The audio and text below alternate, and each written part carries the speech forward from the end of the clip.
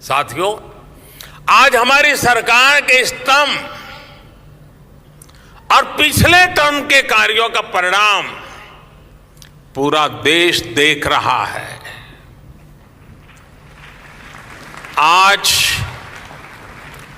देश का विश्वास पक्का हो गया है कि अब भारत की विकास यात्रा रुकने वाली नहीं है।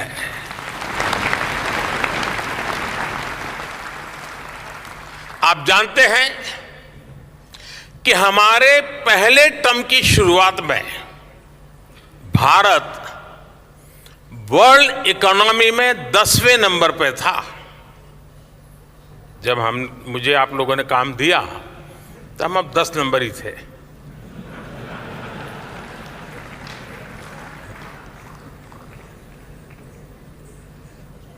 दूसरे टर्म में आज भारत दुनिया की 5वीं सबसे बड़ी इकोनॉमी है।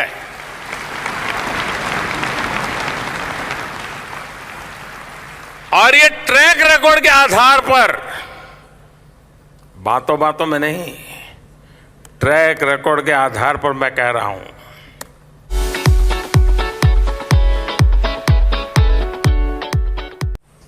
मैं देश को यह भी विश्वास दिलाऊंगा कि तीसरे टर्म में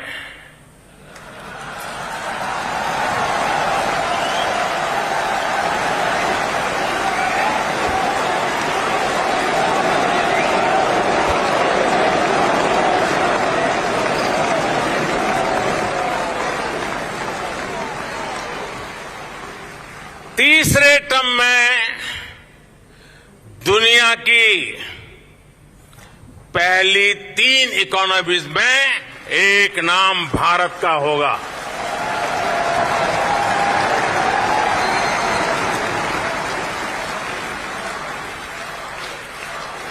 यानी तीसरे टर्म में पहली 3 इकोनॉमी में गर्व के साथ हिंदुस्तान खड़ा होगा। दोस्तों,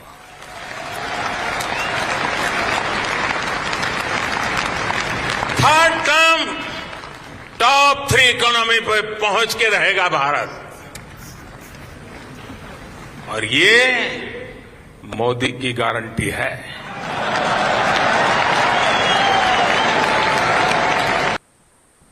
मोदी जी ने जो बात की है, ये बात पहले भी कई बार कही जा चुकी है और लोग यही कहते हैं कि क्योंकि गुजराती हैं और गुजराती फैमिलीज, हमारे यहाँ भी जो गुजराती कम्युनिटी है वो बिजनेस पे खास ध्यान देते हैं और यही वजह है शायद कि मोदी जी और अमित शाह साहब के बारे में भी यही कहा जाता है कि वो खास उनका फोकस होता है इकोनॉमी पे। और जाहिर है अगर किसी कंट्री की इकोनॉमी स्ट्रांग होगी तो दुनिया उससे बात भी करेगी। अब अगर मोदी जी कहीं जाते हैं और डिफरेंट अगर हथियार लेते हैं या कोई और चीज इंडिया के लिए ली जाती है, जैसे आप जानते हैं जेट वगैरह क्या कुछ लिया जाता है, तो उसमें उनको मालूम है कि ये पैसा देकर ले रहे हैं और हमें पैसा ऑफर कर रहे हैं। और दूसरी तरफ जो है वो अगर एक्सपर्ट्स भी उनके पास ऐसे हैं आईटी के और कई दूसरी फील्ड के, जो कि वो ऑफर कर सकते हैं कि जी देखें इस पे ये लोग काम करेंगे। लेकिन अनफॉर्चुनेटली पाकिस्तान के पास पैसा तो खैर है ही नहीं, लेकिन हमने कोई खास एक्सपर्ट्स भी सामने लेकर नहीं आए जिनकी दुनिया को जरूरत हो।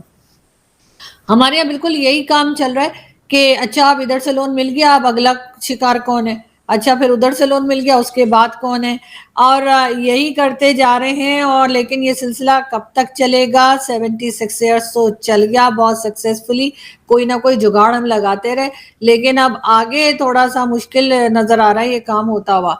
लेकिन ये जरूर है कि अगर थोड़ा सा हम सीखें, जाहिर है कि सीखने की हमें जरूरत है और सीखना भी चाहिए, तो हम इकोनॉमी पे जो है वो वर्कआउट हो सकता है। यहाँ पे भी लोग काम कर सकते हैं इकोनॉमी के ऊपर।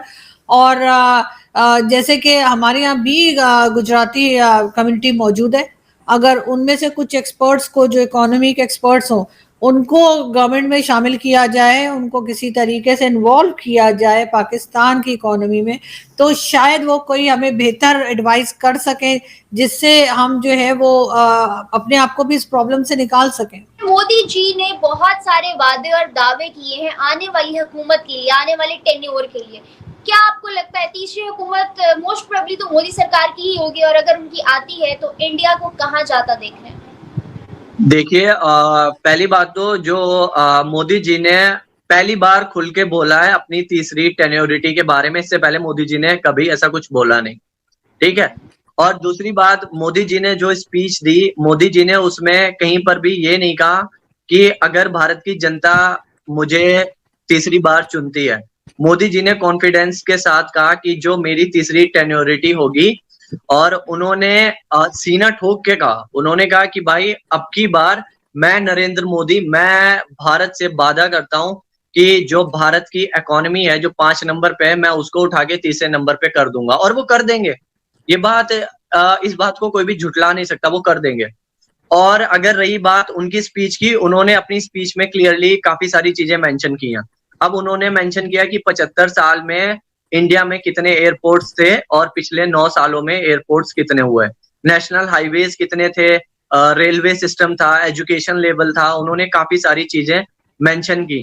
तो अब वो इम्प्लीमेंट, जो उन्होंने बात की वो इम्प्लीमेंट दिख रहा है। और भारत में आपको पता है एजुकेशन सिस्टम बहुत स्ट्रांग है, तो ऐसा नहीं है कि मोदी जी कोई चूरन बेच रहा है, जनता को खुद पता है, वो दिख रहा है ना, क्योंकि भारत का एजुकेशन जो सिस्टम है बहुत ज्यादा स्ट्रांग है, क्योंकि उनको खुद पता हुआ है। तो जो मोदी जी ने बातें बोली हैं वो चीजें अब सबको दिख रही हैं। तो अगर आप, और मैं इसमें मैं एक चीज और ऐड करूंगा, अगर आप भारत के मुस्लिम से भी अगर आप पूछेंगे कि अब की बार कौन, अगर आप यूपी में पूछेंगे, यूपी जो कि सबसे बड़ा स्टेट है, अगर आप यूपी में पूछेंगे मुस्लिम से, तो यूपी का मुस्लिम यही कहेगा कि अब की बार योगी सरकार, मोदी सरकार, अब की बार भी योगी जी आएंगे। तो लोग कहते हैं वहां पे मुस्लिम्स को दबाया जाता, मतलब लोग नहीं कहते, पाकिस्तान कहता है, आई एम सॉरी, पाकिस्तान कहता है कि वहां पे मुस्लिम जो हैं, इंडिया है, इंडिया में तो वहां पे मुस्लिमों को दबाया जा रहा है, वो ऐसे बोलते हैं। तो भाई उनका तो भाई वही टोन है कि भाई भाई वहां पे तो बहुत गुर्बत है, वहां पे पाकिस्तान को, वहां के मुस्लिमों को पढ़ाया नहीं जाता है।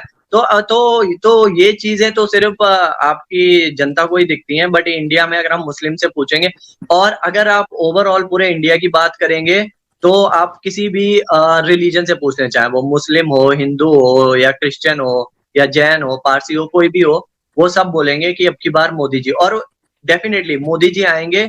और आप देखना पिछले 5 साल, जो आगे आने वाले 5 साल हैं, उसमें हम वर्ल्ड में तीसरी सबसे बड़ी इकोनॉमी होंगे। हिंदुस्तान के लोग तो पीएम मोदी को अप्रिशिएट करते हैं क्योंकि उन्होंने हिंदुस्तान के अंदर काम किया, मगर उनकी फैन फॉलोइंग पूरी दुनिया में, और पूरी दुनिया के पॉलिटिशियंस और प्राइम मिनिस्टर्स उनको इतना सराहते हैं, उसकी क्या वजह? देखिए, मैं वजह मैं बता देता हूँ। आज के टाइम पे यूएसए पूरी तरीके से इंडिया पे रिलायबल करता है, ठीक है, वो डिपेंड है, उसको पता है कि भाई अगर चाइना से पीछा छुड़ाना है तो इंडिया का हाथ थामना पड़ेगा, ठीक है। उसी तरीके से अगर आप इजिप्ट की बात अगर आप करें, या आप किसी भी गल्फ कंट्री की बात करें, या आप फ्रांस की बात करें, सबको पता है कि चाइना सभी देशों को कैसे खा रहा है। तो अगर चाइना से पीछा छुड़ाना है तो वहां पे जो चाइना और इंडिया का बॉर्डर है, वहां पे हमें इंडिया से जो संबंध है वो अच्छे रखने पड़ेंगे। और यही बात मैंने स्टार्टिंग में मैंने बोली थी, उस टाइम पे हम वर्ल्ड लेवल पे इतने स्ट्रांग नहीं थे, और आज के टाइम पे अगर हम इंडिया और पाकिस्तान, अगर कल को अगर हम जैसे अटैक करते हैं, अगर हम पाकिस्तान में घुसते भी हैं, तो हमारे ऊपर इंटरनेशनली वो जो प्रेशर होता वो नहीं रहेगा।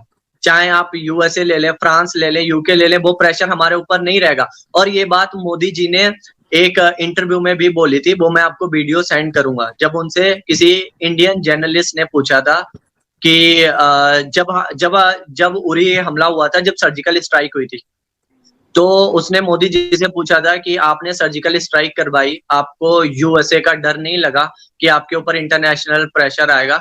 तो मोदी जी ने हंसते हुए जवाब दिया था। मोदी जी ने कहा कि भारत 140 करोड़ आबादी वाला देश है, तो यूएसए वाले हम पे प्रेशर क्या डालेंगे, हम उल्टा उन पे प्रेशर डाल देंगे।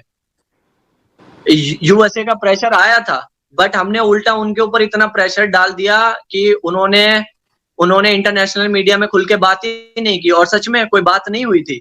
भारत ने खुद एक्सेप्ट किया था, इंटरनेशनल मीडिया में कुछ हुआ ही नहीं था। तो अब और अभी तो हम लोग वर्ल्ड में 5वीं सबसे बड़ी इकोनॉमी है और आने वाले टाइम पे तीसरी बन जाएंगे। तो अगर कोई सीन भी आता है तो हमें इंटरनेशनली हमें पूरा सपोर्ट हमें है, ना हमारे खिलाफ यूएस बोलने वाला, ना यूके बोलने वाला है, कुछ भी नहीं बोलने वाला। और अगर पाकिस्तान सोच रहा है कि उसको चाइना से हेल्प मिल जाएगी, तो चाइना हेल्प नहीं कर पाएगा, क्योंकि ये जितनी भी कंट्रीज हैं वो चाइना के ऊपर प्रेशर डाल देंगे फिर।